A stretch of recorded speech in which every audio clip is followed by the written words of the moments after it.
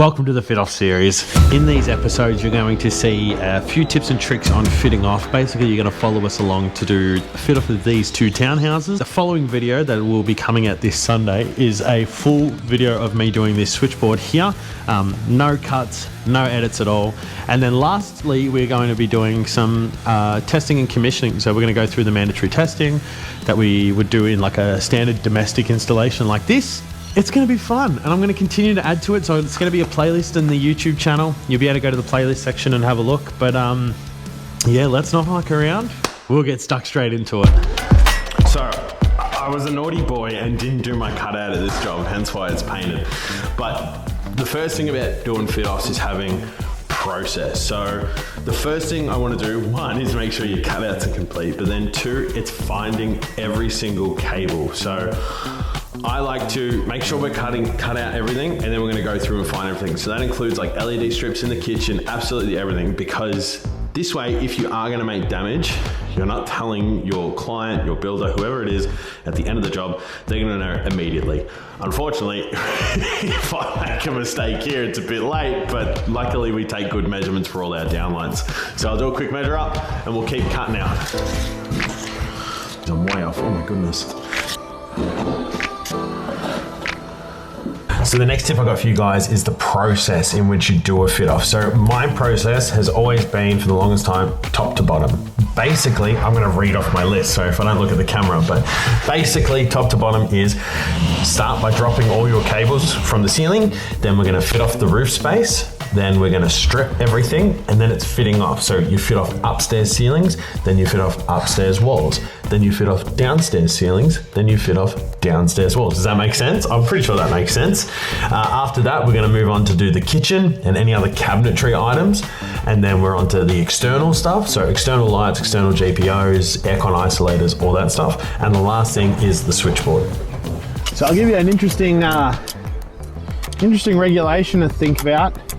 When you're in like a normal single-story roof space, and say there's a heater in here and there's a catwalk, like a bit of yellow tongue flooring that might go down to walk on, you have to treat that area like a normal area, right? So typically we put a batten holder, which is just one of these bad boys, against the timber like that. And what we'll do is put a globe in there, and then that's your light to turn on. But if you've got a catwalk, you actually can't do that. You have to put like an oyster fitting, or you have to move the light away from the catwalk directly underneath, because for some reason they consider that to be sort of like an area that is trafficable, and so therefore you can't do it. It's a big no-no.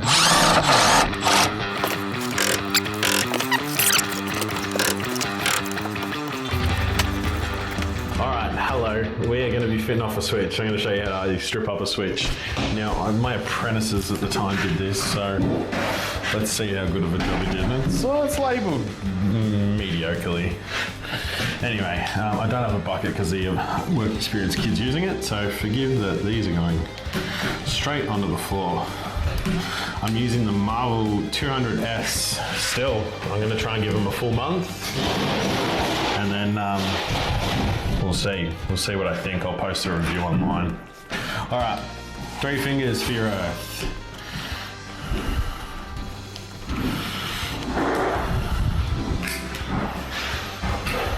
Fold. I like to fold up, but fold whatever way you like.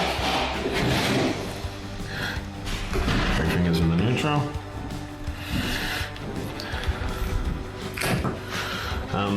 If it was 1 mil that I was using, I'm using 1.5 here. If I was using 1 mil, I probably would throw the neutrals in a loop terminal, but because I am not, a bit of a graze there, look at that, eh? Naughty boy.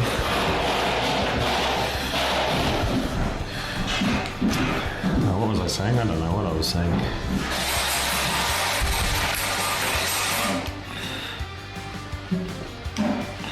A bit more 1 mil to do my loop.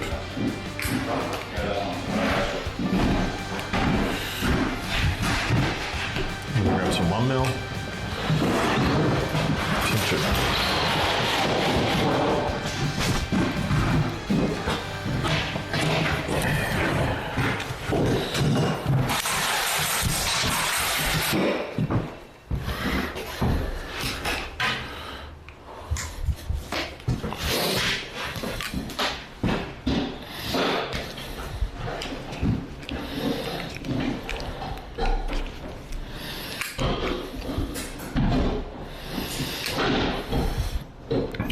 So this loop will go there.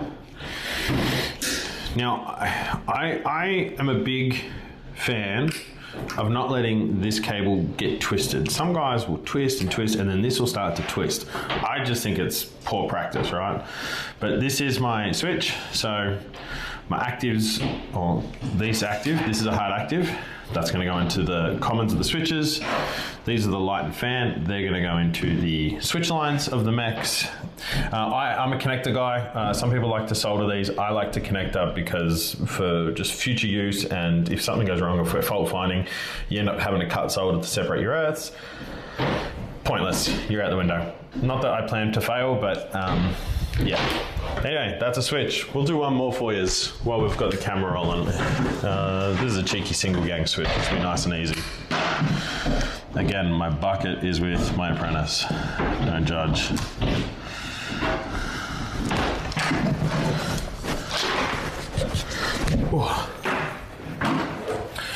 Alright, grab all the earths. Straight up.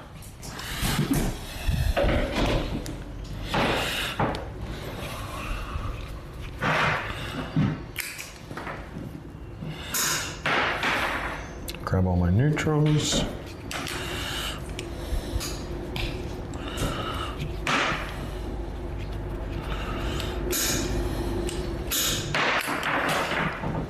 And then straight up, grab the active.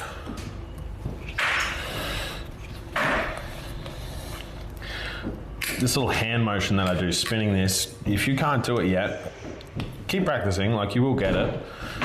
Some pliers are easier to do it than others. I feel like channel locks are the hardest to do it with, and the Marvel pliers are probably the easiest because they just seem to have a smaller footprint in your hand. Anyway, that's that one. All right, well that's a 1 and a 2 getting stripped up. So yeah, hope you liked it.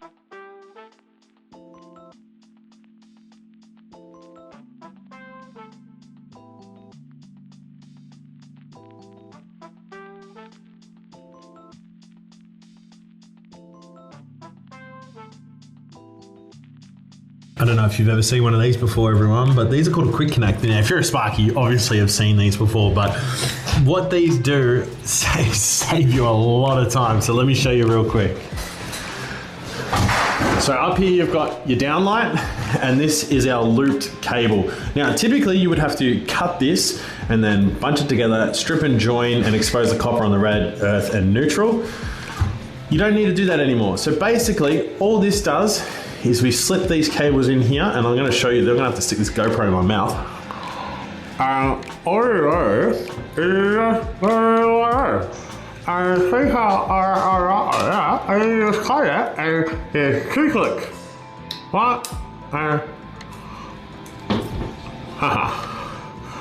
See?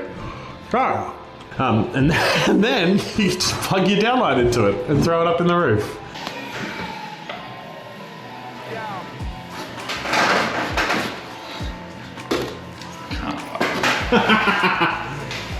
These jobs. I need small arms.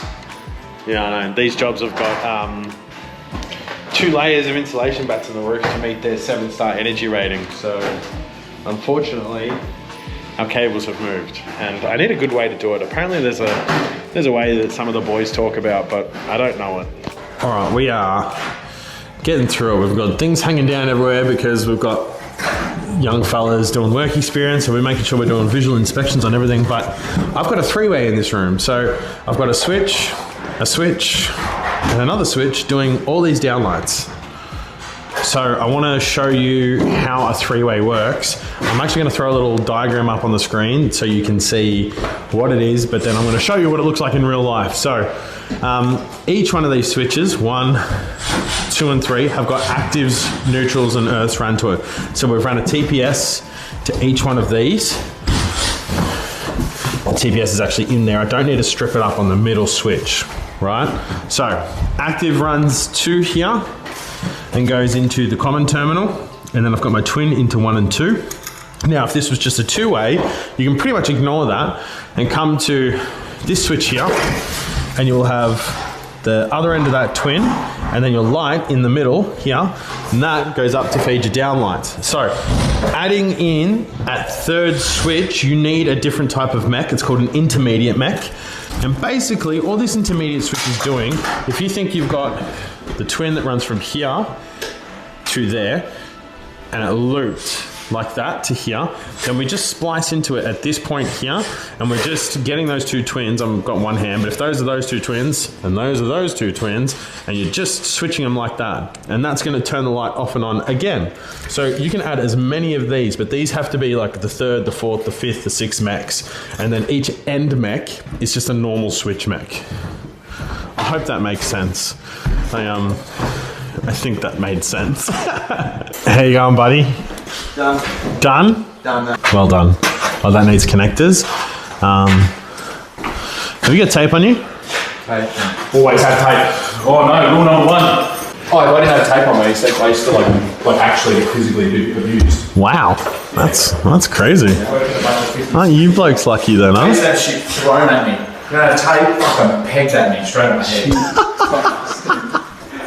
We live in a better time, ladies and gentlemen. So we're up to the kitchen. Boys have pretty much fit off all the downstairs ceilings. All the walls are getting done at the moment. So we're making headway. We'll get all of the inside done today and probably a portion of the outside done.